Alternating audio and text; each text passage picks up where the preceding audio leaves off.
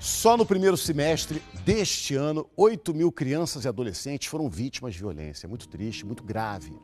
E o pior, a maioria dos casos dentro de casa e cometidos por pessoas conhecidas. Nas mãos de Janaína, as fotos do sobrinho que foi vítima de violência. O menino bonito, descrito pela tia, não foi nem de longe o garoto que chegou na casa dela 10 meses atrás. Chegou aqui desse jeito, a gente com medo. A gente ia pegar, ele sentia, ele parecia que estava todo dolorido. Ele se contraía todo quando a gente pegava ele e chorava o tempo todo e tinha medo. Estas fotos mostram alguns ferimentos, hematomas, machucados e até mesmo queimaduras. Era tortura, com certeza. A criança, segundo Janaína, era agredida pela própria mãe e o namorado dela. Até o policial, quando viu ele. Até o policial quase chorou aqui na sala da minha mãe, entendeu? Ele falou que essa criança não podia ficar mais com ela, não. Aí a gente foi lá na casa dela, só que assim, eles sabiam que eles estavam tão errados que eles fugiram, entendeu? O policial falou que eles estivessem lá e ia pegar eles em flagrante. Iam levar eles presos. No começo do ano, após inúmeras denúncias dos familiares, a criança foi entregue pelo Conselho Tutelar para a tia Janaína e a avó. Mas na semana passada, o próprio Conselho Tutelar devolveu a criança à mãe, a mesma pessoa que cometia as agressões. Um levantamento do Instituto de Segurança Pública aqui do Rio de Janeiro mostrou que 13% dos registros de maus-tratos e lesões corporais contra crianças e adolescentes acontecem por pessoas da própria família da vítima. E o problema não para por aí, pois muitos casos jamais são denunciados.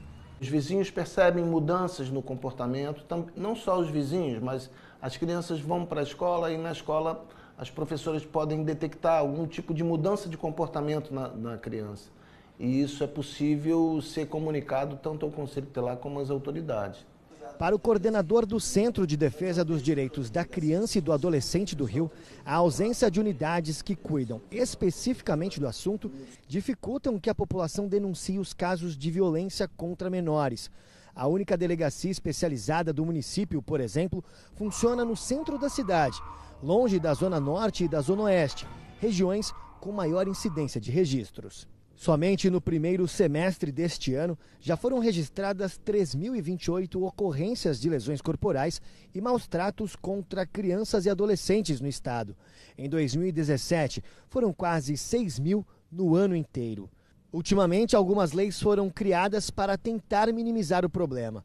Uma delas é a Lei Menino Bernardo, que faz menção a um caso que chocou o país.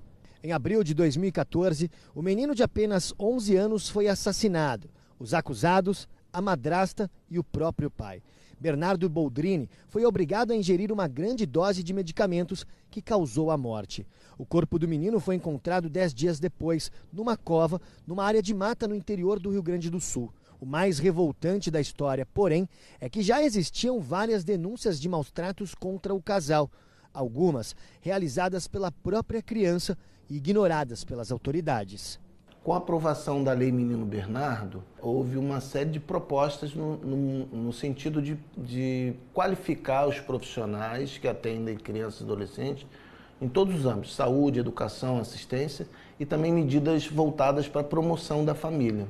Pedro ainda analisa o caso de Janaína, em que o sobrinho dela foi devolvido à mãe após o Conselho Tutelar justificar que a agressora estava arrependida. O Conselho Tutelar é um órgão fundamental na proteção dos direitos de crianças e adolescentes, só que ele não tem competência legal para conceder ou retirar a guarda de uma criança. Cabe à vara da infância, ao juiz da vara da infância. A própria irmã é sangue, né? É nosso sangue, mas assim, a gente não pode acobertar uma coisa dessa porque é criança, é vida, né?